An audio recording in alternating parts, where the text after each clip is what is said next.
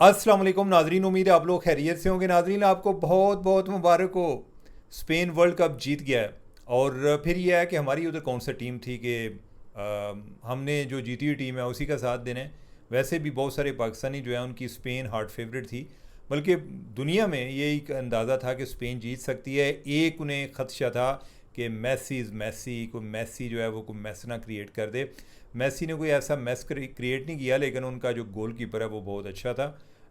वो उसने काफ़ी गोल रोके हैं। लेकिन यह है कि क्या कहते हैं कि मुकाबला तो दिल नातवा ने खूब किया। फाइनली गोल हो ही गया। और ओवरऑल जो स्पेन है उसने बहुत ही अच्छा परफॉर्म किया, बड़ी एक्सलेंट टीम थी। They deserve this win.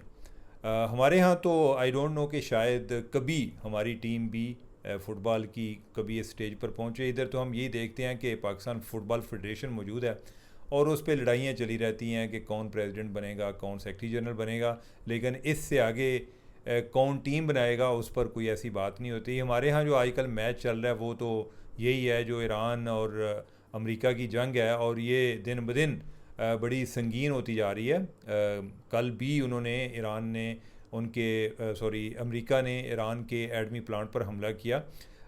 और जो कि बड़ी एक तशवीशनाक बात है, तशवीशनाक और काबिल मजम्मत इस सेंस में कि क्वाइट लाइकली कि उधर से कोई रेडिएशन वगैरह का अखराज हो जो कि पूरी आबादी के लिए एक बड़ा ख़तरनाक हो सकता है। जो इसमें जो मुझे लगता है कि अभी वो जो जगह है वो ज़ेर तामीर थी। ये उनका बिजली घर, एटमी बिजली घर बना रहे थे, वो ज़ेर तामीर थी। आई डोंट नो कि कितनी इंस्टॉलेशन वगैरह उधर को मौजूद थी या नहीं मौजूद थी। लेकिन यह है कि ओवरऑल सूरत हाल दिन ब दिन ख़राब हो रही है। पहले ईरान ने अमेरिका के को 2-3 फ़ौजी मारी है, और आपको पता है कि अमेरिका के 2 दिन मर जाएँ तो फिर यही होता है कि जैसे बाकी जगहों के कोई अगर 200 या 2000 बंदे भी मर जाएँ तो इतनी परवाह नहीं होती जितनी उन्हें अपने फ़ौजियों की होती है। तो उसके बाद वो ज़्यादा रिएक्टिव भी हो गए हैं। ओवरऑल ये जो वार थिएटर है बड़ा एक्टिव होता जा रहा है, जो कि हमारे लिए भी एक तशवीश का बायस है। उधर से हूसी जो है उन्होंने ऐलान कर दिया है कि हम सऊदी अरब का हर तरफ से एक जो बहरी नाकाबंदी करेंगे, जो कि बड़ी डेंजरस बात है। ओवरऑल हमारा तेल भी सऊदी अरब से आता है, अगर वो नहीं आएगा, ये नाकाबंदी होगी तो उससे भी बड़े चैलेंजेस आ रहे हैं। और इसके अलावा साथ साथ मुसालियत की कोशिशें भी चल रही हैं। ईरान की तरफ से ये एक इतला भी आई है कि जो मुसालियतकार हैं वो दरमियान में आ गए हैं, और वो कोशिश कर रहे हैं कि कोई 10 दिन का कोई एक पॉज आए, कोई जंग बंदी हो, और ताकि इस दौरान वो दोनों फ़रीक़ैन को उस पर आमादा कर सकें कि जो पहले अबूरी मुआहिदा हुआ था उस पर अमल दरामद को यकीनी बनाया जा सके और जंग को रोका जा सके। इसमें किस हद तक कामयाबी होती है अल्टीमेटली ये इन दोनों फ़रीक़ैन पे डिपेंड करता है, ईरान पर और अमेरिका पर। और ये अब जो है ना एक अनाओं की जंग भी चल पड़ी है, जो थमने का नाम नहीं ले रही। और दूसरी तरफ अलमिया देखें, को जो मुसालियतकार हैं, एक तो पाकिस्तान है और दूसरा कतर है।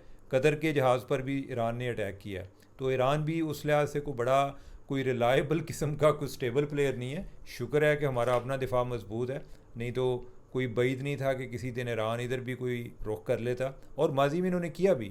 आपको याद होगा गालिबा 2025 की बात है कि जब इन्होंने इधर कोई 4 मिज़ाइल, इनके आवारा मिज़ाइल आए, इधर बलूचिस्तान के एरिया में गिरे और पाकिस्तान ने विद इन 24 आवर्स इनको जवाब दिया।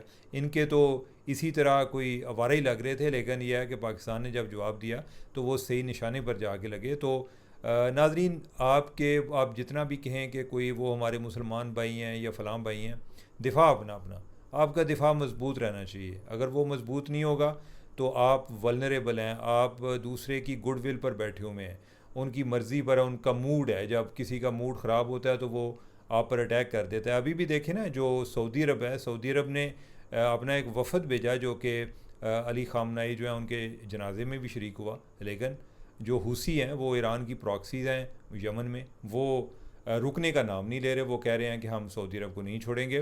तो ओवरऑल अगर वो कर रहे हैं, हुसी कर रहे हैं, तो इसका मतलब है ईरान कर रहा है। और दूसरा जो कतर वाले हैं, कतर वाले मुसालियतकार बने हुए हैं, और सुलह भी कराने नवाने ने, यार सुलह अगर नहीं होएगी असी भी दरमियाने मारे जाएंगे। तो लिहाजा वो डरे डरे सुलह भी करा रहे हैं, अपना रोल भी अदा कर रहे हैं। लेकिन इसके बावजूद वो ईरान से खौफजदा भी हैं कि हमारी तरफ दोबारा को मिज़ाइलों का रुख ना हो जाए। तो सूरत हाल जो है वो बड़ी एक अजीब सी है, बड़ी एक वोलेटाइल सिचुएशन है। ये किधर चलती है, कब तक जाती है, क्या बनता है, ये वक्त बताएगा। लेकिन ये है कि ओवरऑल कोई अच्छी सूरत हाल नहीं है आने वाले दिनों में अभी भी। बल्कि जो तेल की कीमतें हैं वो एक माह के दौरान अपनी यानी कि एक माह के दौरान जितनी सबसे ज़्यादा कीमत बढ़ सकती थी उतनी बढ़ी है। अगर ये तूल पकड़ती है और ख़ास तौर पे अगर हुस्सी जो हैं वो सऊदी अरब की बहरी नाकाबंदी करते हैं तो उससे तेल की कीमत और ग्रां होगी।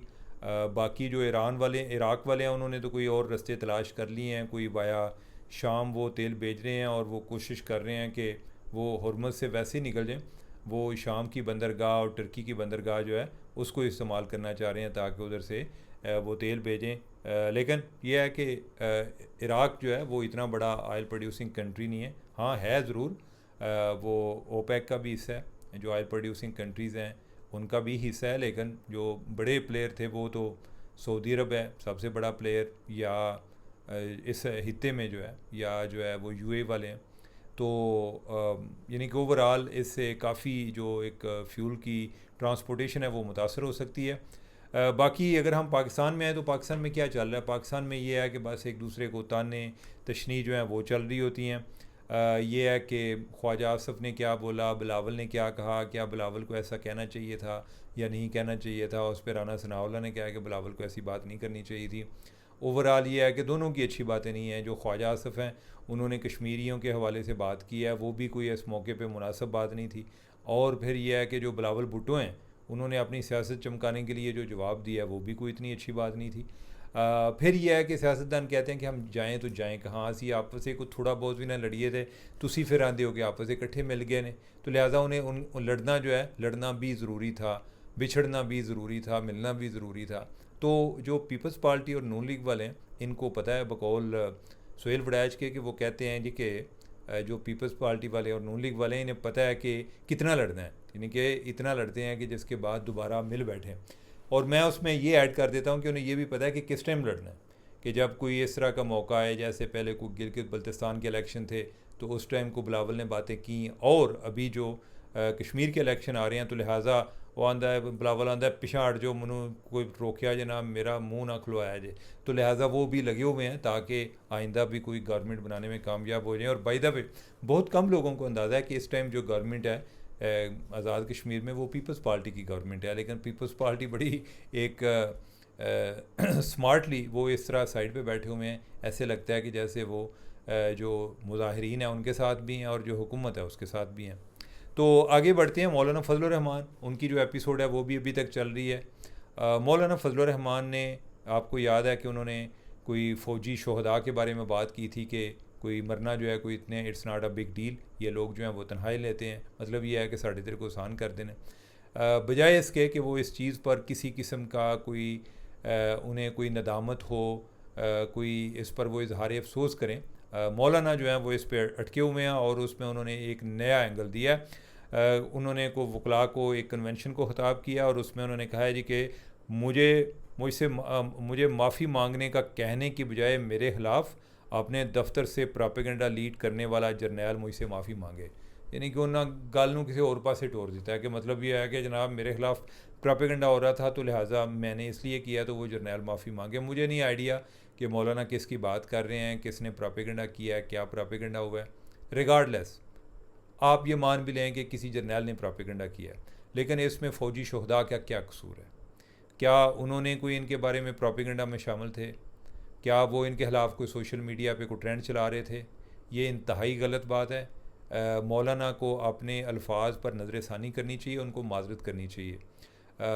और अगर इस मुल्क में फ़ौज ना होती, फ़ौज के हमारे के बहुत सारे मसाइल हैं, इस मुल्क का अलमिया देखें कि हमारा बहुत बड़ा मसला फ़ौज भी है और हमारे बहुत सारे मसलों का हल भी फ़ौज है। तो इस टाइम जो सूरत हाल चल रही है और दुनिया देख रही है, आपने कभी देखा है जो ताइवान के लोग हैं, पता नहीं कुछ जनरेशन टू जनरेशन, यानी कि वो इसी खौफ में पैदा होते हैं, जवान होते हैं, बूढ़े होते हैं, फौत हो जाते हैं कि चाइना ने हम पर कब्ज़ा कर लेना है। ईरान जो जापान वाले हैं वो तरक्की कर गए हैं, लेकिन यह है कि वो इसी खौफ में है कि किसी दिन चाइना हम पर चढ़ाई ना कर दे। अभी जो है वो कोई एक इंटेलिजेंस एजेंसी तैयार कर रहे हैं और लेकिन उससे कितना को फ़ायदा हो जाएगा। साउथ कोरिया है, उसने इंडस्ट्रियल प्रोग्रेस तो उनकी काफ़ी बहुत ज़्यादा है, लेकिन यह है कि वो हर टाइम जो है वो नॉर्थ कोरिया के रहम करम पर हैं कि नॉर्थ कोरिया उन पर कोई अटैक ना कर दे। तो नाजरीन, जो दिफा है ना, बाज़ औक़ात ये होता है कि आपकी लाइफ में जो चीज़ें होती हैं हम उनको फॉर ग्रांटेड लेते हैं। दिफा बहुत ज़्यादा ज़रूरी है। आपको जो चीज़ें अच्छी नहीं लगती उनका इजहार भी करें, लेकिन जो आपकी लाइफ में है उनको वैल्यू भी करें। ये नहीं कि वो अगर आपकी लाइफ में है तो आप परवाह ही ना करें और करो सानू की है, सानू का दी परवाह है। तो लिहाजा अपने शुहदा की कदर करें। अपने मुल्क की जान देना, इससे बड़ी कोई कुर्बानी नहीं हो सकती, इससे बड़ी कोई वफ़ादारी नहीं हो सकती, इससे बड़ी कोई हुब्बुल वतनी नहीं हो सकती। तो मौलाना जो है वो आए दिन कोई नए बयान देने की बजाय उन्हें जो फ़ौजी शुहदा के बारे में या ओवरऑल पुलिस के शुहदा के बारे में उन्होंने बात की है, उनको इस पर माजरत करनी चाहिए। बाकी अगर वो जर्नैलों के साथ लड़ाई रखना चाहते हैं, जारी रखना चाहते हैं, और उनकी जर्नैलों के साथ लड़ाई भी नहीं है, मसला ये है कि मौलाना साहब जो हैं इस टाइम उन्हें कोई गवर्नमेंट में कोई जगह नहीं मिल रही, ये उनका मेन मसला है। केपी में वो गवर्नमेंट चाहते हैं जिधर उनका पहले उनके जो एक क्या कहते हैं, यानी कि क्या रिश्ता लगता है, उनका गवर्नर जो है वो उनके रिश्तेदार थे।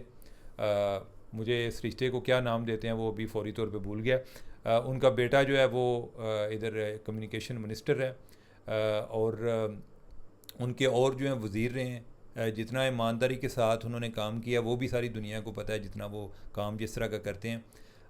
और अभी भी उनकी ये ख्वाहिश है कि उन्हें अगर ये हिस्सा मिल जाए तो उन्हें कोई मसला नहीं है। बेसिकली ये हिस्से की बात है। अनफॉर्चुनेटली हमारे यहाँ मज़ामत जो है ना वो भी हिस्से के लिए होती है। जब किसी को हिस्सा मिल जाता है तो उसके बाद उनके सारे मसले हल हो जाते हैं। तो एनीवे ये है कि अल्लाह करे कि कोई पाकिस्तान में कोई ये जो शोरश है या हर तरफ क्यास टाइप सिचुएशन है, आई डोंट नो कि इससे हम क्या निकलेंगे, कैसे निकलेंगे, लेकिन ये है कि हमें पाकिस्तान को आगे बढ़ना चाहिए और बढ़ना है, और उसके लिए इन चीज़ों से निकलना बहुत ज़्यादा ज़रूरी है। नहीं तो हम अपने मसाइल में इतने उलझे रहते हैं कि जिस तरफ तवज्जो देने की ज़रूरत है हम उधर तवज्जो नहीं दे पाते। तो नाजरीन,